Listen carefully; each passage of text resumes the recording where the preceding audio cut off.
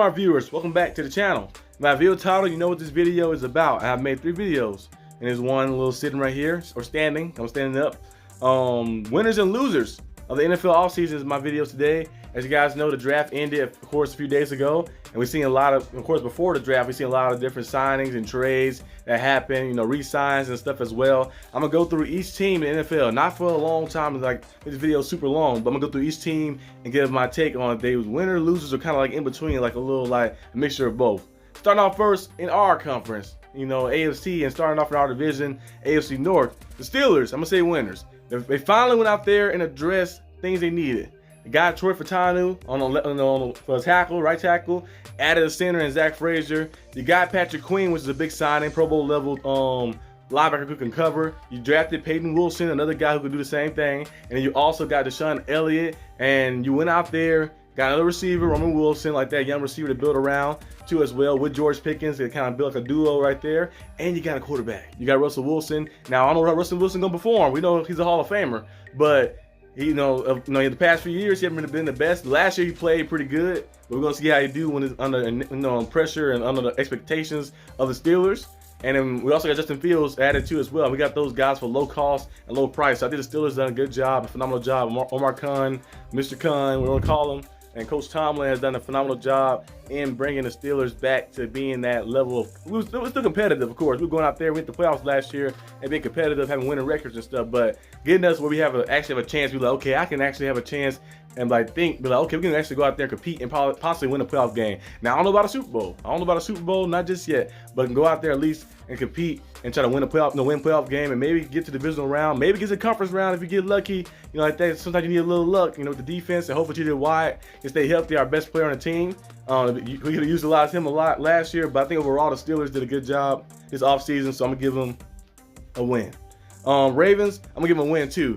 Adding Derrick Henry to your team when you already have a straight rushing attack, of course, with the backs you had, but now you have a bona fide Derrick Henry with Lamar Jackson, that RPO action, RPR action, all types of things are going to be absolutely crazy for the Ravens. And you know, the Ravens guys, Zay Flowers they drafted another receiver as well.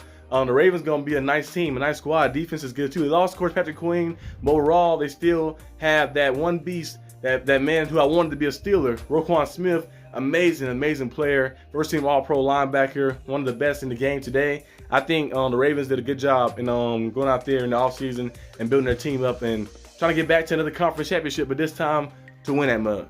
The Browns, I'm gonna say loser, because the Browns, I feel like they didn't add too much. They add a lot of quarterbacks for no reason.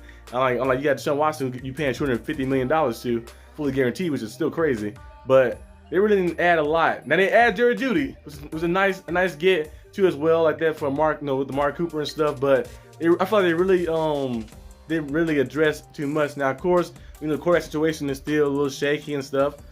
Nick Chubb is coming off of an ACL injury as well, so we're gonna see how the Browns look. But I'm gonna say, actually, I'm gonna upgrade. I'm gonna keep them in the middle. I'm gonna say they kind of like a little bit of both. Cause they add Jerry Jeudy, but they still in the middle a little bit, cause it's like a lot of question marks still around the quarterback situation, and a lot of question marks still around, linebackers and stuff as well. So I'm gonna keep them kind of in the middle.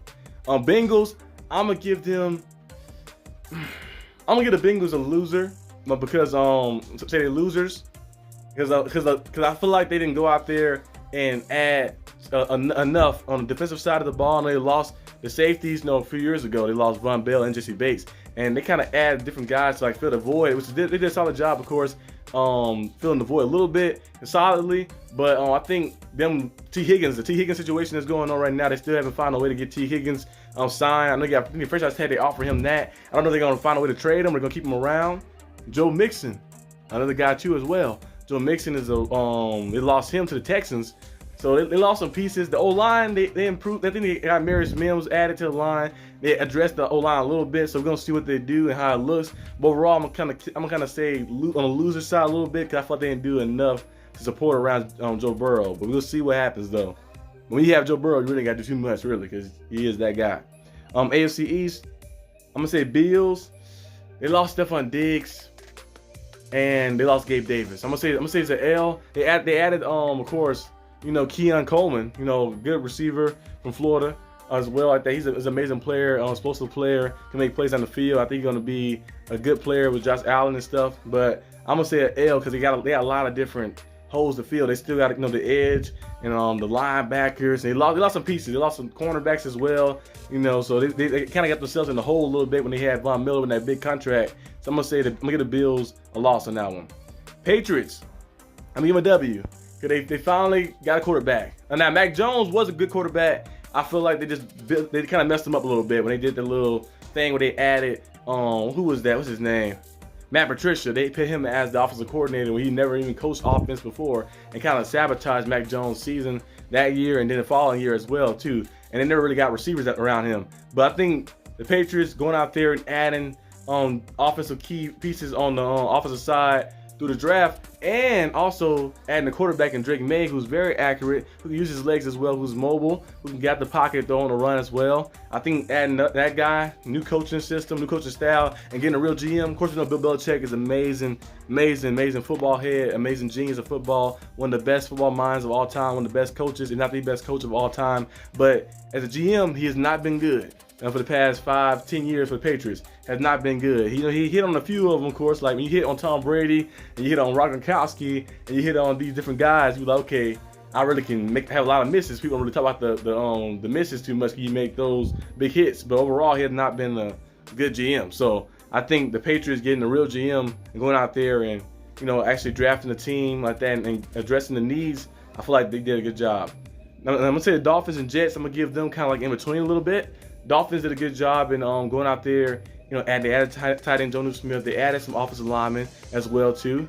Added some more depth in the secondary as well, and some edge rushers. They added Shaq Barrett. They added to the team, but they lost. Of course, Christian Wilkins was the big loss like that. So I feel like that kind of hurt them a little bit. Jets added, of course, Mike Williams. They added offensive linemen as well, but the Jets are still a little question marks around just like Of course, Aaron Rodgers is there, but he comes off Achilles tear. Aaron Rodgers is a good player. He's all about his arm and stuff, but still the question marks around that stuff right there. I feel like the Jets. Well, actually, I might upgrade the Jets. I just thought about it. I might upgrade the Jets to a W.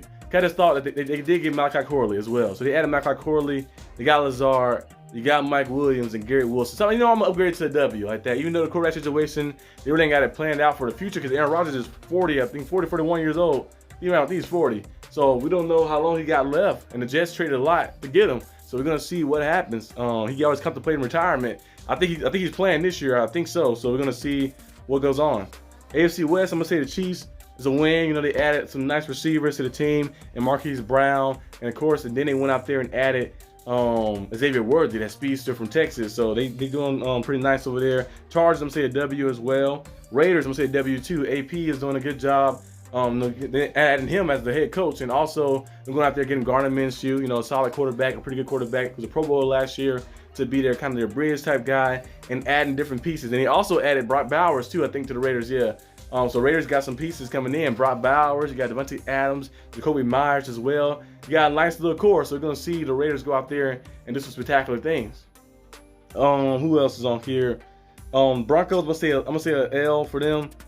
AFC South, I'm gonna go with the Jaguars, keep them in between a little bit. You got Brian Thomas Jr. coming to replace Calvin Ridley, so that should be good.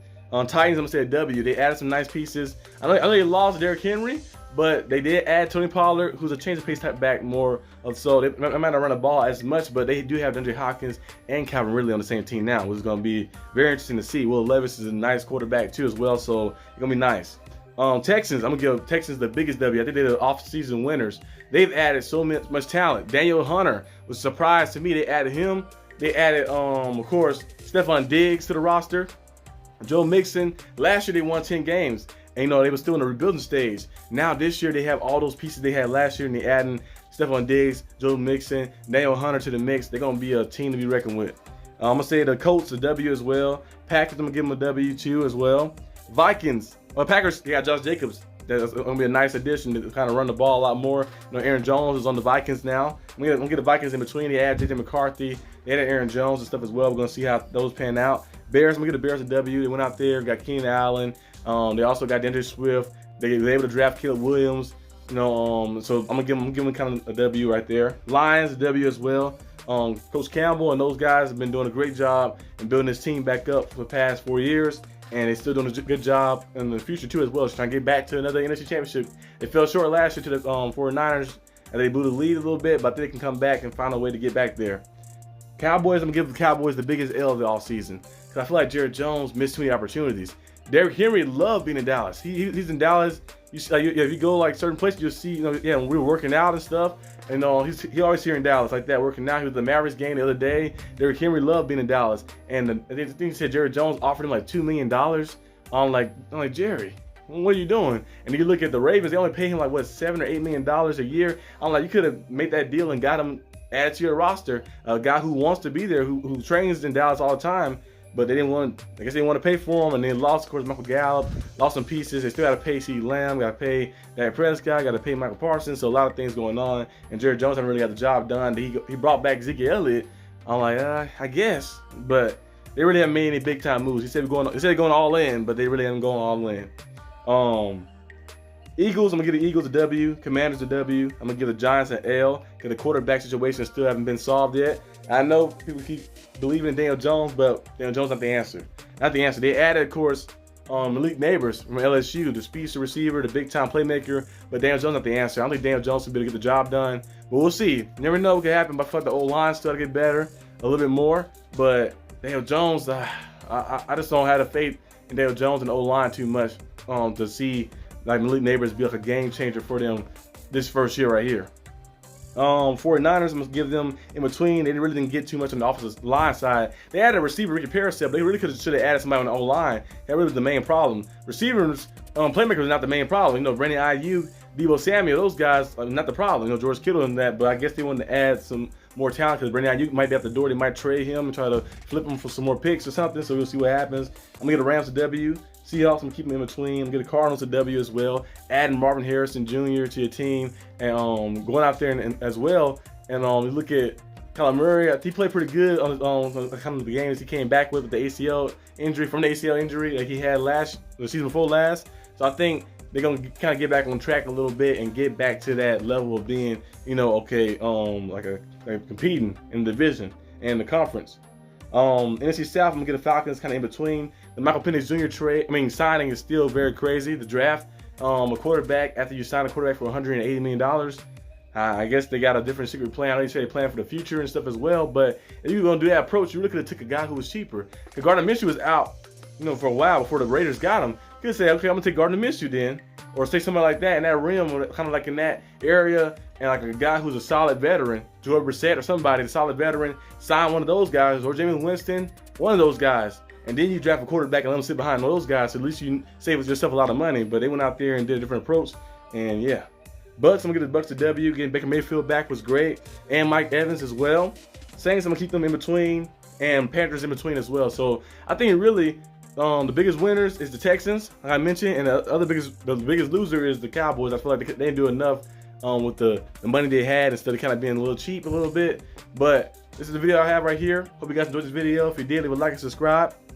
And I'll see you guys next time on the channel. Peace out.